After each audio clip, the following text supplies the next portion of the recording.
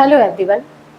आज हम जो शिक्षक के पद के लिए 5000 पद आने वाले हैं उसमें हम व्यायाम शिक्षक जिसको पीटीआई भी कहते हैं उसके सिलेबस का एक्सपेक्टेड सिलेबस का यहाँ पर डिस्कशन करेंगे। तो देखते जाइए कि एक ओवरव्यू पहले देखते हैं, ब्रीफली समझ लेते हैं। जैसे कि 2019 का था, जब 2019 का आया था व्यायाम शिक्षक का तो वो 150 अंकों का था। अभी यहाँ पर 100 अंकों के लिए एक्सपेक्टेड सिलेबस आपके साथ डिस्कस किया जा रहा है। उस समय जो आया था वो 150 अंकों का था। ये जो आप देख रहे हैं ऊपर की ये जो 4 सेक्शन है, सब सेक्शंस है। मेन सेक्शन है हमारा शारीरिक शिक्षा जो कि कोर सब्जेक्ट है, उसके ये जो 4 सब सेक्शंस हैं वो अभी 15-15 अंकों में विभाजित किए गए हैं। उस समय जब 2019 में यह पद आया था उस समय यह 25-25 नंबर में डिवाइड था। उसी प्रकार हमारे पास जो ये आखिरी सेक्शन है हमारा योग की सामान्य जानकारी, ये अभी 15 नंबर पे एक्सपेक्ट किया जा रहा है जो कि उस समय 20 नंबर के साथ था। तो चलिए एक एक करके हम इसकी डिटेल से देखते जाते हैं इसको। चलो, तो क्या क्या शामिल है इसमें। तो पहला और जो मेन सेक्शन है वो है हमारा शारीरिक शिक्षा। शारीरिक शिक्षा में शारीरिक शिक्षा को 4 भागों में डिवाइड किया गया है। पहला दिया इसका खेल कूद का मनोविज्ञान एवं इतिहास। खेल कूद कहाँ से स्टार्ट हुआ है, कैसे उसके चरणबद्ध तरीके से वो आगे बढ़ते गया, इन सब के बारे में इसमें डिस्कस किया जाएगा। उसके इतिहास के बारे में जानेंगे। दूसरा सेक्शन है इसका वैज्ञानिक विकास एवं खेलकूद। तीसरा है संगठन अनुशिक्षण एवं निर्णयन जो कि 15 अंकों का रहेगा। और जो लास्ट सेक्शन है विविध, ये हो सकता है इस समय हटा भी दिया जाए, लेकिन इसमें जो इनके अलावा जो छोटी छोटी चीज़ें हैं, कब स्टार्ट हुआ और कौन कौन से संगठन हैं जो चलाए जाते हैं, उन सब के बारे में इस विविध में हम डिस्कस करेंगे। ये भी 15 अंकों के साथ रहेगा। तो इन चारों पर मिला करके आपका 60 अंक का एक पूरा मेन सेक्शन तैयार हो जाएगा। इसी प्रकार आगे देखें तो दूसरा है हमारा सामान्य अंग्रेजी और सामान्य हिंदी जो कि 5-5 अंकों के साथ में डिवाइड किया गया है। इसका डिटेल सिलेबस आगे देखेंगे। जो चौथा है वो है कंप्यूटर की सामान्य जानकारी जो व्यापम के सभी परीक्षाओं में अभी पूछी ही जा रही है। अगला है सामान्य ज्ञान। तो सामान्य ज्ञान में हमको इंडिया के साथ साथ में छत्तीसगढ़ का भी सामान्य ज्ञान पढ़ना होगा, यानी इंडियन जीएस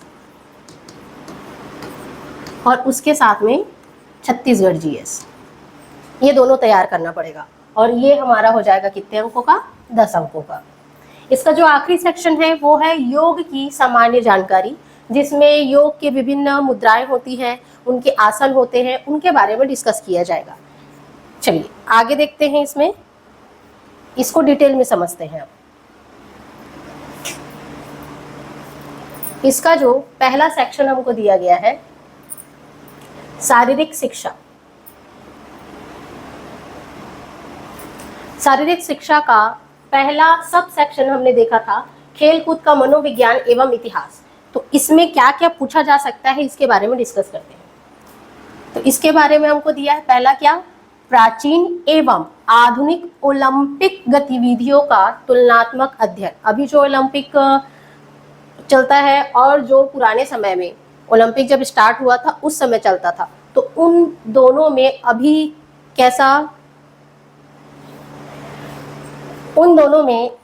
कैसा परिवर्तन हुआ है उसके बारे में इसमें डिस्कस किया जाएगा। दूसरा दिया हमको विभिन्न खेलों का इतिहास एवं उसका विकास। तो जैसे ओलंपिक्स है वैसे ही हमारे और भी गेम्स हैं, उनका कैसे विकास हुआ है, उनका क्या इतिहास रहा है, उसके बारे में ये दूसरे पॉइंट पर डिस्कस होगा। तीसरा दिया हमको खेल मनोविज्ञान का अर्थ, प्रकृति एवं संभावनाएं। तीसरा जो चौथा है वो दिया हुआ है खेल मनोविज्ञान का खेलों से संबंध, कि कैसे जो गेम साइकोलॉजी है उसका हमारे गेम पे प्रभाव पड़ता है, उन सब के बारे में डिस्कस होगा। अगला दिया है अधिशिक्षक एवं शारीरिक शिक्षक के लिए खेल मनोविज्ञान का क्या महत्व होता है वो हम अगले में डिस्कस करेंगे। नेक्स्ट दिया हमको खेल कूद में सहभागिता से व्यक्तित्व का विकास किस प्रकार किया जाता है, उसके बारे में अगले सेक्शन में डिस्कस होगा। सातवां दिया शारीरिक गतिविधियों में प्रेरक, व्यवहार एवं रुचि की क्या भूमिका होती है। इसी प्रकार महत्वाकांक्षा, संवेदना, हताशा एवं संघर्ष के स्तर पर उसका खेल प्रदर्शन पर क्या प्रभाव पड़ता है। हमने देखा है, जैसे बच्चे का उदाहरण ले लेते हैं, अगर वो बच्चा खेलने में मग्न है, उसको अगर वो इंजॉय कर रहा है तो बहुत अच्छे से खेलेगा, और वहीं अगर वो किसी चीज़ से परेशान है या उसकी तबीयत खराब हो गई है ना, तो वो खेल को इंजॉय भी नहीं करेगा। तो उसी सब के बारे में अब ये किस में आ जाएगा, आपका मनोविज्ञान में आ जाएगा। चलिए अगला क्या आ जाएगा, खेल दर्शक एवं उनके व्यवहार का खेल पर क्या प्रभाव पड़ता है। हमने देखा है जब गेम्स होते हैं तब बहुत सारे दर्शक बैठे हुए होते हैं, वहाँ से अगर वो चीयर अप नहीं करेंगे तो जो प्रतिभागी होता है उसको भी उत्साह नहीं आता है ना।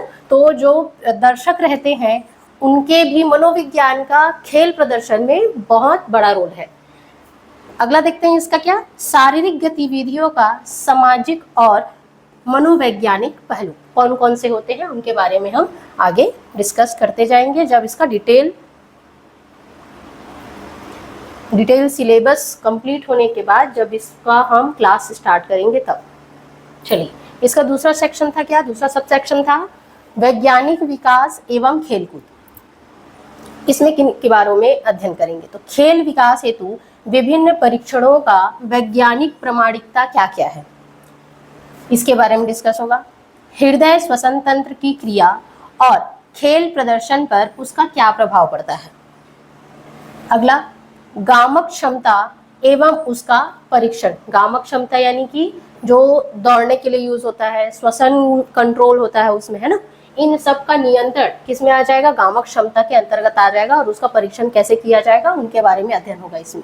ज्ञान एवं कौशल परीक्षण, व्यायाम के कारण शारीरिक क्रियात्मक परिवर्तन कौन कौन से आते हैं उसका भी अध्ययन इसमें किया जाएगा। इसके अलावा हृदय, परिवहन तंत्र, श्वसन तंत्र पर व्यायाम एवं प्रशिक्षण का क्या प्रभाव पड़ता है उसके बारे में भी डिस्कस होगा। विभिन्न खेलकूद गतिविधियों में ऊर्जा का व्यय किस प्रकार होता है ना। कुछ गेम्स होते हैं जो आप बैठे बैठे, मान लो आप लूडो खेल रहे हैं तो लूडो में आपको कम एनर्जी की जरूरत पड़ेगी, वहीं यदि आप रनिंग कर रहे हैं या कबड्डी खेल रहे हैं उसमें आपको ज़्यादा ऊर्जा की, ज़्यादा एनर्जी की ज़रूरत होगी और उसमें ऊर्जा की खपत और भी ज़्यादा होगी, है ना। चलिए अगला दिया है खेलकूद के विकास में क्रीड़ा चिकित्सा की भूमिका क्या हो सकती है।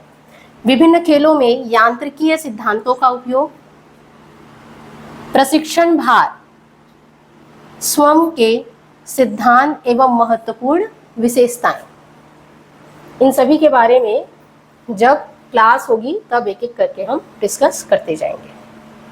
चलिए आगे दिया इसी में क्या, प्रशिक्षण के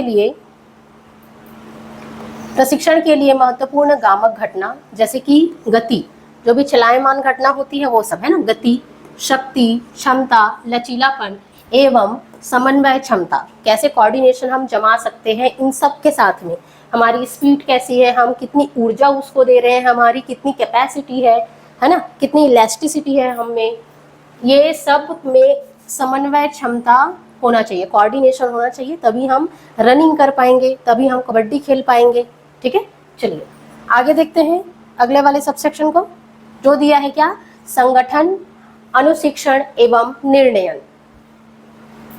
इसमें क्या क्या आ जाएगा आपका, खेलकूद के विकास में व्यावसायिक संगठनों का प्रभाव, खेलकूद में जनसंपर्क एवं प्रचारक गतिविधियां, जो पेपर में आता है, न्यूज में आता है, वो सब, है ना।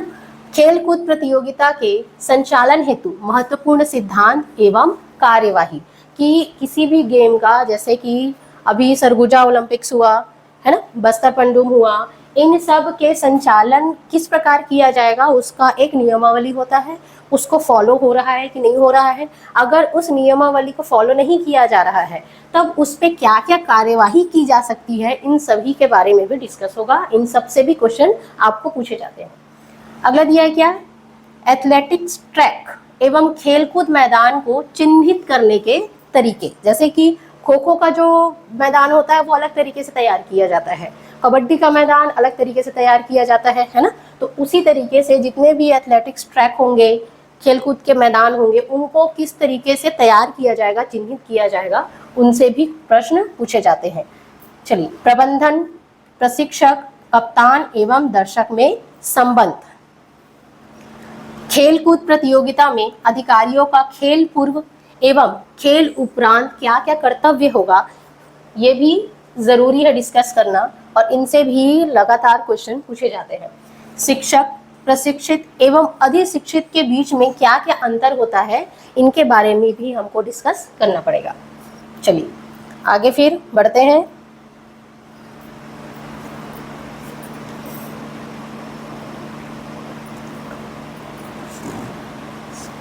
उसी पॉइंट में है क्या हमारा अगला वाला, उसी सेक्शन में, अधिशिक्षा के सिद्धांत।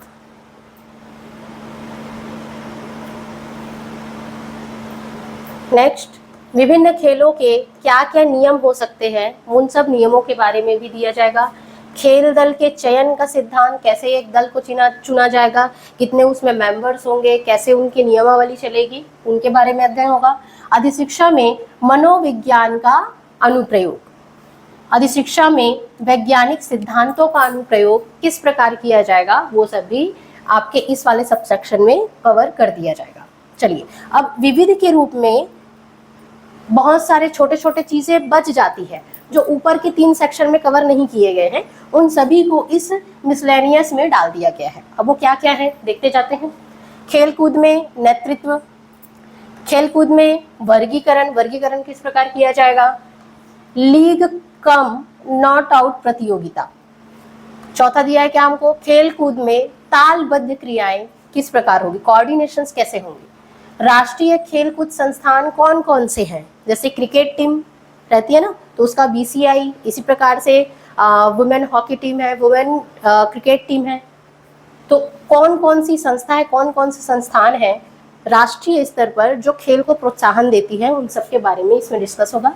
अगला है क्या, भारतीय खेल प्राधिकरण, स्वास्थ्य शिक्षा, ऑक्सीजन ऋण, श्वास की क्षमता, इंडियन प्रीमियम लीग, आप देखते ही होंगे ये हर साल। आगे दिया है क्या, जितनी छोटी छोटी चीजें हैं, चाहे वो छत्तीसगढ़ से रिलेटेड हो या इंडिया से रिलेटेड हो या फिर जो वर्ल्ड में ओवरऑल रिलेटेड रहता है गेम से रिलेटेड, वो सारी चीजें इसमें दे दी गई है। क्या आ जाएगा इसमें आपका अगला, खेलकूद में शिविरों का आयोजन, बीच बीच में शिविर लगाए जाते हैं जहां पर जो भी प्रतिभागी रहते हैं वो आकर के अपना प्रदर्शन दिखाते हैं।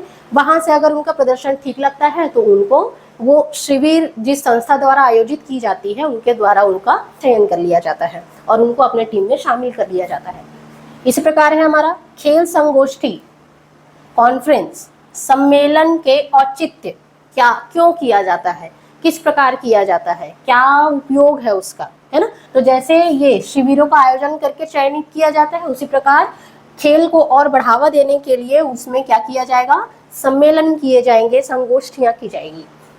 खेलकूद के प्रोत्साहन में मीडिया की भूमिका, जब तक मीडिया हाईलाइट नहीं करेगी हमको पता ही नहीं चलता है कि इस गेम, ये गेम भी होता है। कई गेम्स हमने पहली बार सुनते हैं, कई बार तो, है ना। तो जब तक मीडिया उसको हाईलाइट नहीं करेगी लोग जानेंगे कैसे। तो मीडिया की बहुत अहम भूमिका होती है इसमें। व्यक्तिगत विभिन्नताएं, खेलकूद में पोषण बहुत ज़्यादा ज़रूरी है। पोषण सही तरीके से सही खेल के लिए नहीं रहेगा तो उसका कोई मतलब नहीं है। जैसे कि वेट लिफ्टिंग में आपने देखा होगा कि 60 किलोग्राम में अलग लोग पार्ट लेते हैं, 45 किलोग्राम में अलग लोग हिस्सा लेते हैं, है ना। तो इसके हिसाब से जिस भी श्रेणी में उनको जाना है उसके हिसाब से उनको पोषण दिया जाता है। तो पोषण की सबसे ज़्यादा भूमिका होती है किसमें, खेल में। सीखने का पठार, योग की सामान्य जानकारी, क्योंकि देखिए जो खेल कूद है वो स्ट्रेचिंग वगैरह सब कर लेंगे, लेकिन जब श्वास पे नियंत्रण की बात आती है तो वो केवल और केवल योग से ही संभव हो सकता है ना। तो योग की सामान्य जानकारी हमको होनी चाहिए। चलिए आगे देखते हैं इसमें।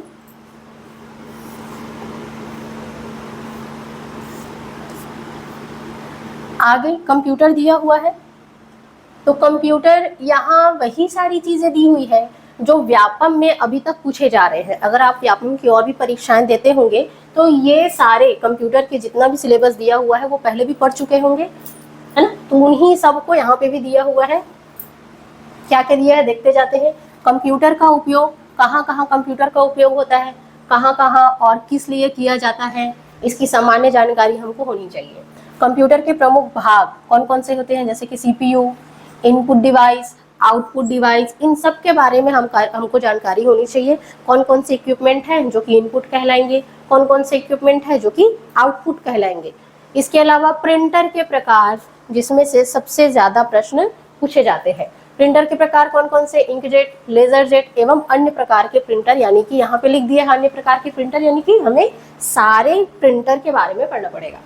अगला दिया हमको ऑपरेटिंग सिस्टम के नाम, कौन कौन से ऑपरेटिंग सिस्टम है ना। ओपन सोर्स ऑपरेटिंग सिस्टम के नाम आपको बार बार पूछे जाते हैं, जैसे कि एक हमारा सबसे फेमस है क्या, MS-DOS, जो पहले चलाया जाता था, है ना। उसके बाद उसमें कोडिंग की वजह से उसको थोड़ा सा लोगों को समझने में दिक्कत आ रहा था, याद रखना पड़ रहा था, इसलिए उसके स्थान पर जो ह्यूमन फ्रेंडली वाला जो आते गया ऑपरेटिंग सिस्टम, उसका उपयोग किया गया। कमर्शियल एवं open source system, operating system के और दो दूसरे नाम होते हैं, मतलब ओपन सोर्स में कौन कौन से आ जाते हैं आपका, लिनक्स आ जाता है, यूनिक्स आ जाता है ना। तो ये सब ऑपरेटिंग सिस्टम आपके ओपन सोर्स में आ जाएंगे। इनके नाम पूछे जाते हैं कि निम्न में से 4 ऑप्शन दिए जाएंगे, निम्न में से कौन सा आपका ओपन सोर्स ऑपरेटिंग सिस्टम है। चलिए आगे देखते हैं।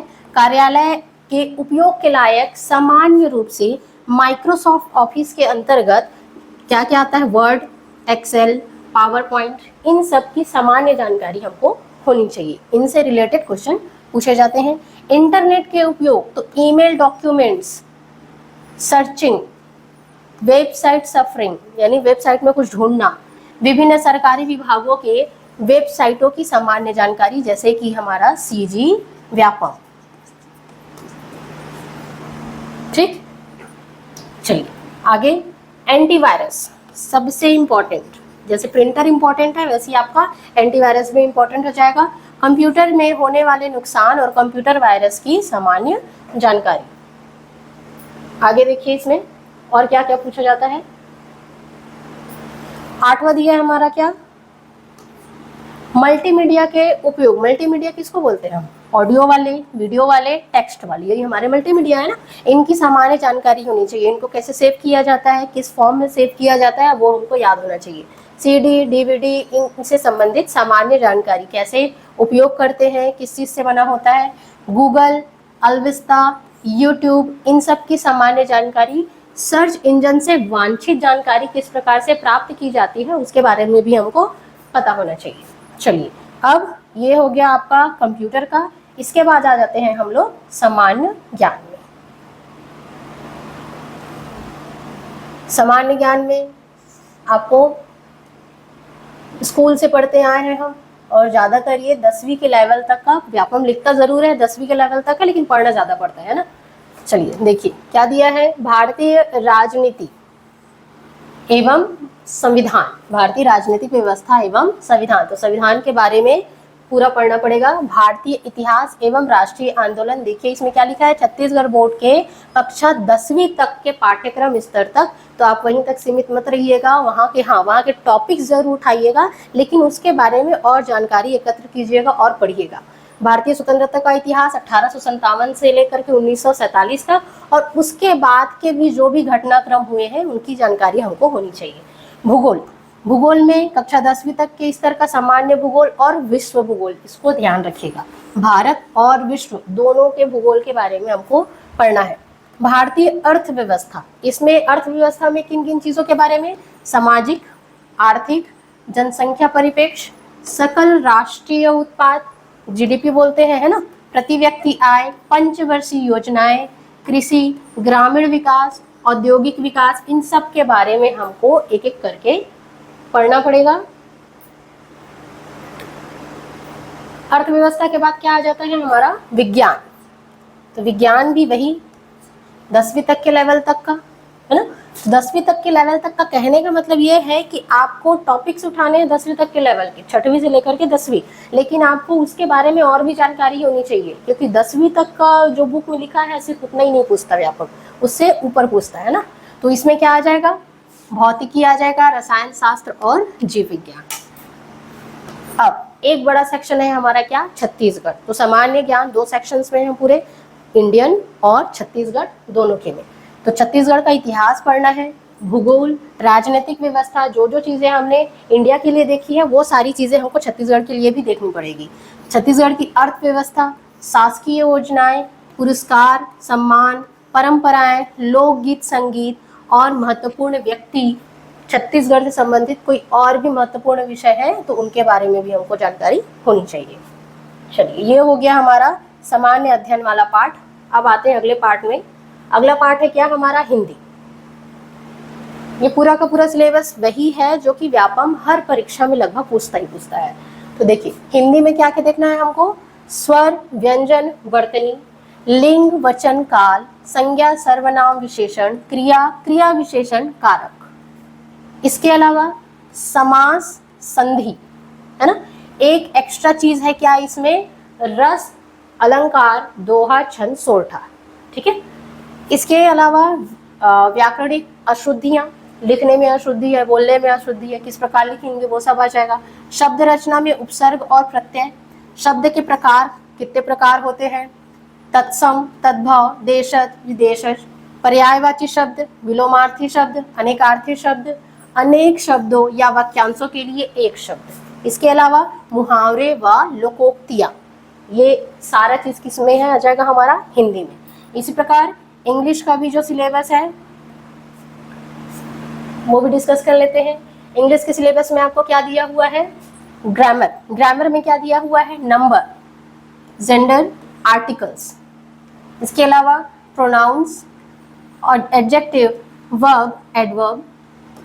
फिर तीसरा जो है इसमें से दो क्वेश्चन तो पूछ ही देता है, use of some important conjunction. इसके अलावा प्रीपोजिशंस, ठीक है। चलिए दूसरे यूनिट में क्या दिया है, ट्रांसफॉर्मेशन ऑफ सेंटेंसेस। तो इसमें क्या आ जाएगा, वॉइस आ जाएगा, एक्टिव वॉइस को पैसिव वॉइस में बदलना, पैसिव वॉइस को एक्टिव वॉइस में बदलना। नरेशन आ जाएगा, डायरेक्ट और इनडायरेक्ट नरेशन। तीसरा जो यूनिट दिया है वो यूनिट में क्या दिया है हमको, वोकैबुलरी। वोकैबुलरी में क्या क्या आ जाएगा, सिनोनिम्स, एंटोनिम्स। सिनोनिम्स मतलब समानार्थी शब्द, एंटोनिम्स मतलब विलोमार्थी शब्द। वन वर्ड सब्स्टिट्यूशन, अनेक शब्दों का एक शब्द। स्पेलिंग्स वही अशुद्धियों वाला। प्रोवर्ब, इडियम्स और फ्रेजेस, ठीक है। ये हो गया हमारा क्या, इंग्लिश का सिलेबस। इसके अलावा एक जो लास्ट हमारा बचता है, योग की सामान्य जानकारी, जिसमें से 15 नंबर के प्रश्न पूछे जाएंगे, लगभग 15 नंबर के। ये हमारे द्वारा एक्सपेक्टेड है, इससे ज़्यादा या कम भी हो सकता है ना। चलो इसमें क्या क्या पूछेगा, तो योग का संक्षिप्त इतिहास, कहाँ से चालू हुआ, किसने क्या दिया, फिर उसका विकास कैसे होते गया, इसके बारे में होगा। योग अभ्यास के लिए सामान्य दिशा निर्देश, जैसे कि कहा जाता है कि योगा करने से पहले आपका पेट पूरी तरीके से खाली होना चाहिए, आप टेंशन मुक्त होने चाहिए, है ना, तभी आप योग सही से कर पाएंगे और योग का आपको फायदा हो पाएगा। तो ये सारे दिशा निर्देश उसमें बहुत सारे हैं, उन सबको हमको देखना पड़ता है। अब योगासन, विभिन्न प्रकार के योगासन जो होते हैं उनके बारे में भी देखना है। तड़ासन, वृक्षासन, पादहस्तासन, अर्धचक्रासन, त्रिकोणासन, भद्रासन, वज्रासन जिसको वीरासन भी कहते हैं, अर्ध उष्ट्रासन, शस्कासन, उत्तान मंडूकासन, मरीच्यासन, वक्रासन, मकरासन, भुजंगासन, सलभासन, सेतुबंधासन, उत्तान पादासन, अर्धहलासन, पवन मुक्तासन और शवासन। जितने भी यहाँ पर योगासन हमको दिए हुए हैं उन सब के बारे में हमको पढ़ना पड़ेगा।